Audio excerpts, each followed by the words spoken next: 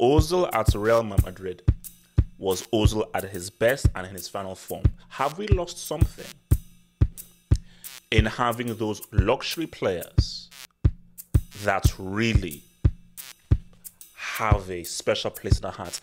Dino would be a fruit-selling bomb according to the stats man.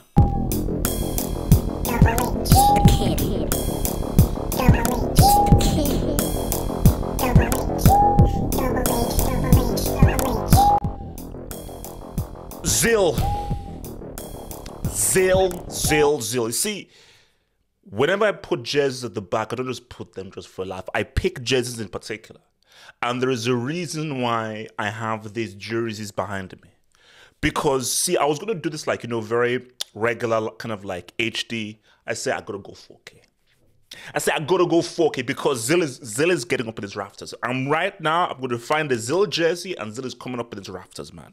Because I wake up, you see, whenever I wake up, I say, what's happening? Because, I'm trying to, this is a home of football analysis. I wake up and I say, okay, what's the latest football news? Is there anything breaking? Has Potter been sacked? Have Chelsea gotten the next coming of a Maradona? I say these things. And I look at Fab's tweets as well, also, because anything that's transfer related. And then I see that he hung up his boots. I say, what? The Zil? Then I go on Google. I say, Google, what's his age? How many years does he have? Not in dog years, human years, baby. And Google says, half up, 34. How old is Messi? How old is Benzema? How old is the ski? Okay. How old is Chris? So I say, you know what? I've got to do a vid. Not just a quick reaction vid. I've got to do a vid. I've got to go 4K. Because this is about football. You see, the thing about this channel is, yes, we do the Chelsea thing, we do the EPL thing, Champions League thing, but this channel, the core of the channel, and I think the core of our community is we are about football. And I believe that all of us are here to protect the techniques. And I think football is at the very center of this channel. I'm sure other channels, they do football as well, but, they lean more heavily towards the club, which is cool. I mean, look, the Chelsea boys are my guys, for better or for worse. But football always comes first. And football is always at the core. And me looking at that announcement of Ozil, it made me say, what happened to the number 10s? What happened to the Zidanes, the Maradonas, the Dinos, the Okochas, the Snyders, the Tottis, the Del Pieros? Those kind of players who were specialists.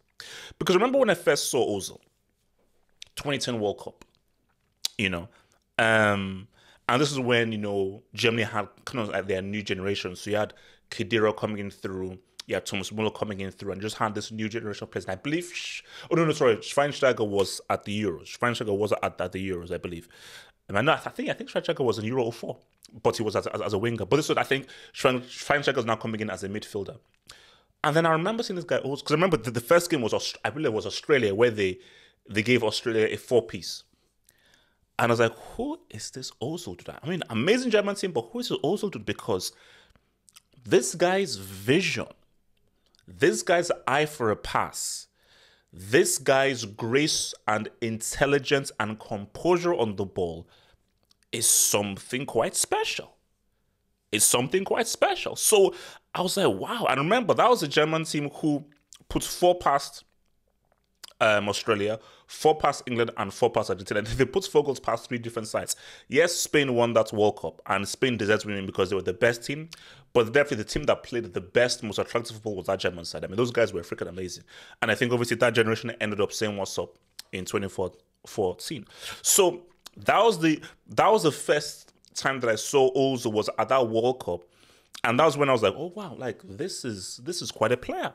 This is quite a dude that's maybe something. Because I think obviously I was impressed with Mola, I was impressed with Khedira. The whole team was amazing. But I think for many people watching that German side at now World Cup, the player that caught people's eye was Ozil. And he was not going to last at Werder Bremen so long. And he was so good. He was so impressive because the World Cup is the perfect platform to showcase your skills. That the biggest club in the world said, "What's up? Real Madrid brought him in." And I speak to Madrid fans, many Madrid fans, and I'm sure Madrid fans in the comments will even double down and they will say that Ozil at Real Madrid, maybe you want to pick the 2012, but Ozil at Real Madrid was Ozil at his best and in his final form. They said that he was one of the finest number 10s that generation has ever seen. And it was almost a crime. I'd go out there, almost a crime that team, with the kind of ridiculous creativity of Ozil and the deadly finishing of Cristiano, did not at least give my boy Mourinho a UCL. He did not give my boy Mourinho a UCL. But Ozil, just when you just looked at what Ozil was doing for that Real Madrid side in terms of, I am a specialist, I am a luxury player, I am a diamond that is here to do a specific job. We're missing that in this game. That's why I wanted to do this vid. Look, see, here's the thing. I understand. Everything evolves. Like for me, look.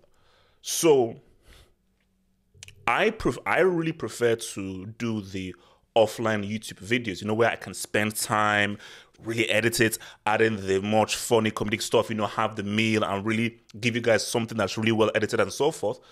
But I realized that I have to evolve. I've got to make things quicker.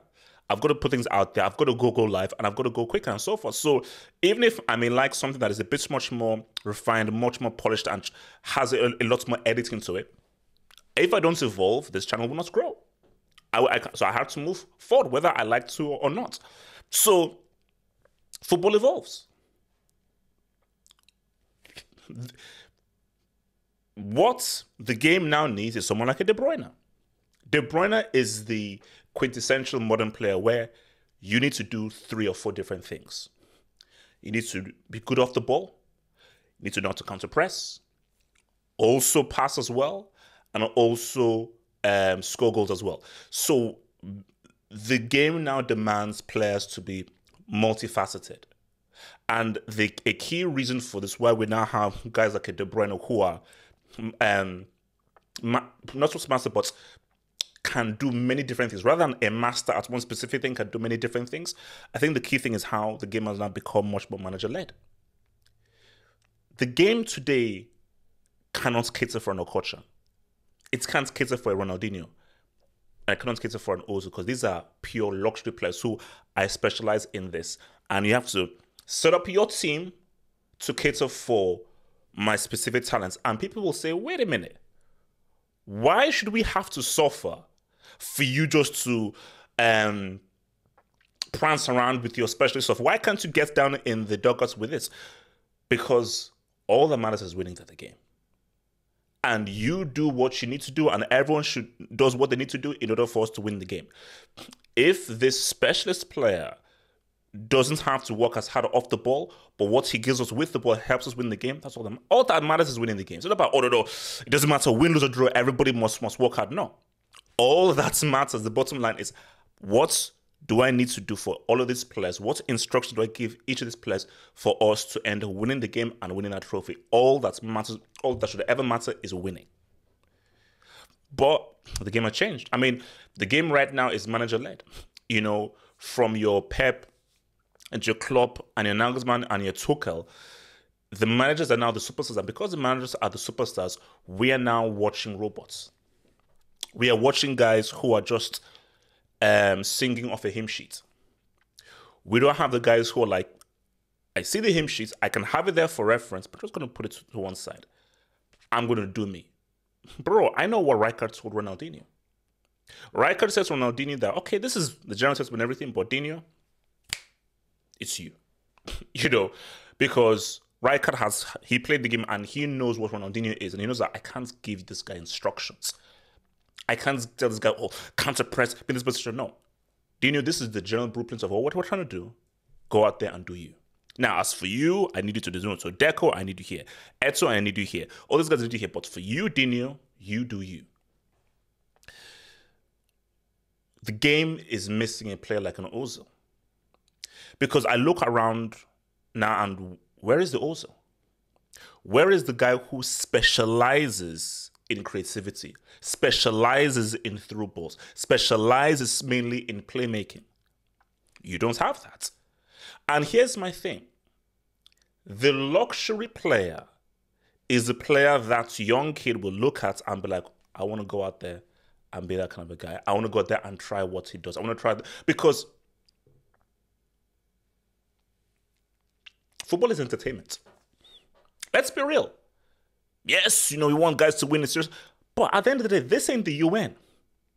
This ain't like social justice. This ain't like, life, political affairs, we're dealing with war and everything. No, this is our diversion from our 9-to-5 work.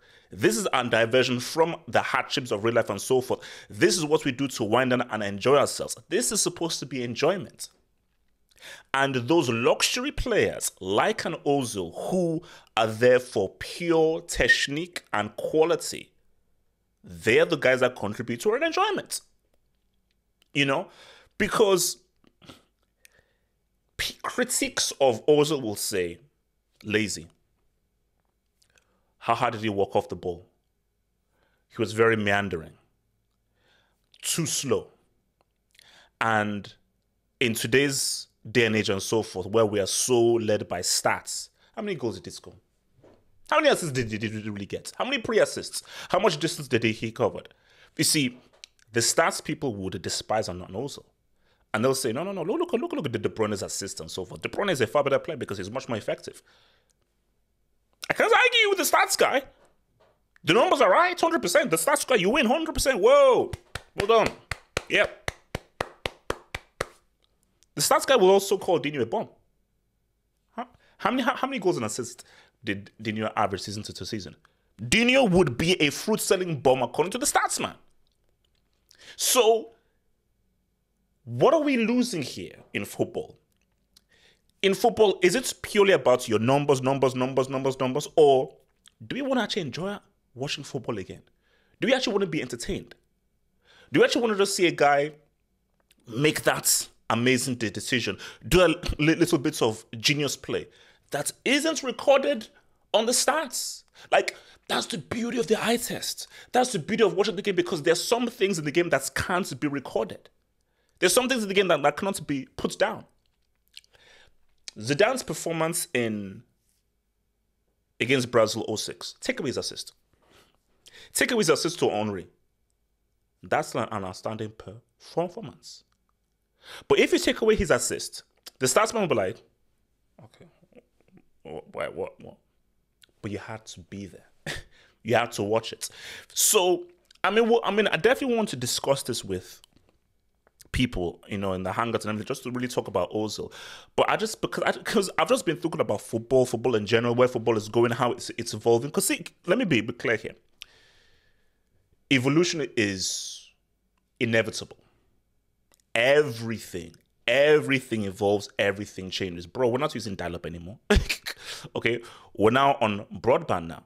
Bro, no one is watching those bomb-ass TV stations. We're now on YouTube. TikTok is now the next generation. So everything moves forward. Everything moves forward. Things improve? Maybe to an extent. Here's my thing. Yes, things improve, but not in general. Some things in general improve, but some things are like, hang on. Because I'll leave you with this, and maybe I want to hear what you guys say. Do you think the game is better for not having luxury players like Ozil, and it's going to and the football is in a far better place where more focus is on effectiveness and effective players? Or, as much as the game has evolved, and I think it's become much more effective, have we lost something in having those luxury players that really have a special place in our hearts? based on the kind of unique way in which they interpret and play the game, which is what a guy like an Ozil was. Because he was a very special player who he wasn't fast, he wasn't super strong. All he had was his skill and his footballing intelligence. And I think those kinds of players who are anti-athletes but pro football IQ, these are the guys that were missing a lot, bro.